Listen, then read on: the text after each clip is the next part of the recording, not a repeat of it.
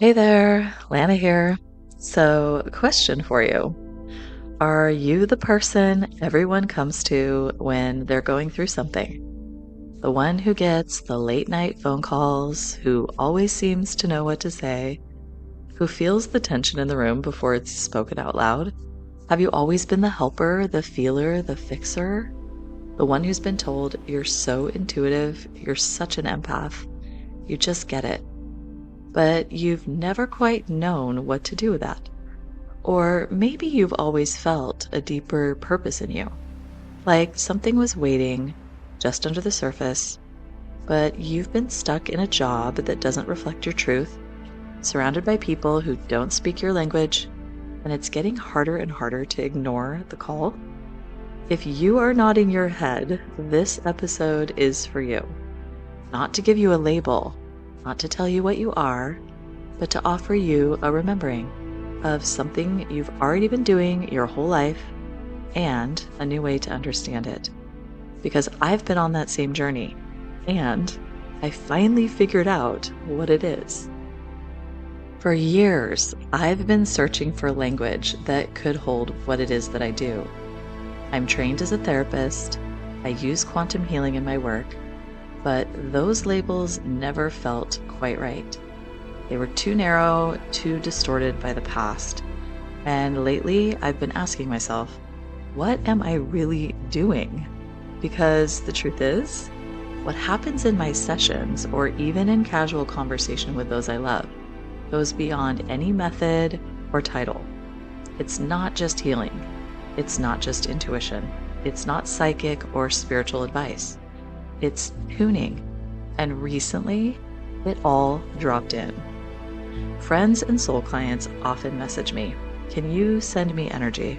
Will you hold me through this?" And I do, effortlessly, lovingly, because it feels like breathing to me. And every time, something shifts. Not because I'm trying to fix anything, but because I'm tuning into something deeper than words, and people feel it. Then recently, one of my close guy friends dropped into my awareness, and without trying, this visual just downloaded. He was pouring his pain into a blacksmith's cauldron. Fire bubbling underneath, it was purifying. And what was being forged wasn't just healing, it was gold bricks, foundation of the man he's becoming. I sent him the message and he wrote back, "That was exactly what I needed." And that's when it clicked. I wasn't doing anything special. I wasn't in session, I was just present, and it came through. Because it's always on. It's not something I do, it's something I am. That was the moment I realized I'm a soul tuner. And maybe you are too. We are living in a timeline split. The artificial matrix, the one of control, suppression, disconnection, transhumanism, is dissolving. But it's loud, it's grasping. It's trying to pull everyone back into distortion. Meanwhile, the New Earth timeline is rising. It's rooted in coherence, in freedom and soul truth, and it's built on frequency, not fear. Many of us are standing between these two realities, feeling the collapse of the old, feeling the pull of something more aligned, but not quite sure how to get there. That's where this remembrance matters. Because those of us who have always felt deeply, who have been tuned into energy without knowing how, who have had to alchemize emotion for survival, we are the bridge. And now is the time to remember why we came. This episode isn't just my personal story. It's a coded call to those of you who are starting to realize that maybe your anxiety wasn't a flaw. Maybe your sensitivity wasn't a problem. Maybe your ability to feel what others can't is the beginning of your soul level purpose. Not everyone is meant to become a coach or a healer or a reader, but everyone is meant to understand their gifts, to use them with clarity, to anchor them into form, to be a tuning fork for truth, whether it's in your family, your work, or your future mission. Let me take you back a little further. Before I had this language, in my therapy days, I used to call these the magical moments. Moments when something would just drop in, a phrase, a knowing, a reframe, and it would land so clearly that the person across from me would go silent or burst into tears because something had shifted. I didn't plan it and I didn't try. It just came through. Now I know I was tuning in to their soul, to their field, to the frequency beneath the story. And the more I cleared my own distortion, the more I emotionally alchemized within myself, the cleaner my channel became. Those moments became more frequent and more refined, and eventually, it wasn't just something that happens sometimes. It became my baseline. Being a soul tuner doesn't mean I read people all the time. It doesn't mean I speak every message that comes. It means I stay in integrity with my own field, so the clarity that wants to come through can. It means I don't perform for energy, and I don't tune in to survive. I tune in with sovereignty. That's been one of the biggest shifts for me, because for a long time, this gift felt like a curse. Growing up, my sensitivity was the source of my anxiety. I could feel everything. I picked up on the emotions, expectations, and contradictions in the adults around me, but I didn't know how to name it or how to regulate it. So I internalized it. I thought something was wrong with me, but I wasn't broken. I was tuned in without a manual.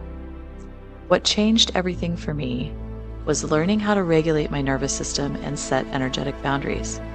I realized I didn't have to tune in to be safe. I didn't have to be hyper aware to be worthy. Now, I tune in by choice, from clarity, not from contraction. And that's what I want others to know too. Because some of you are tuning in all the time, and it's draining you.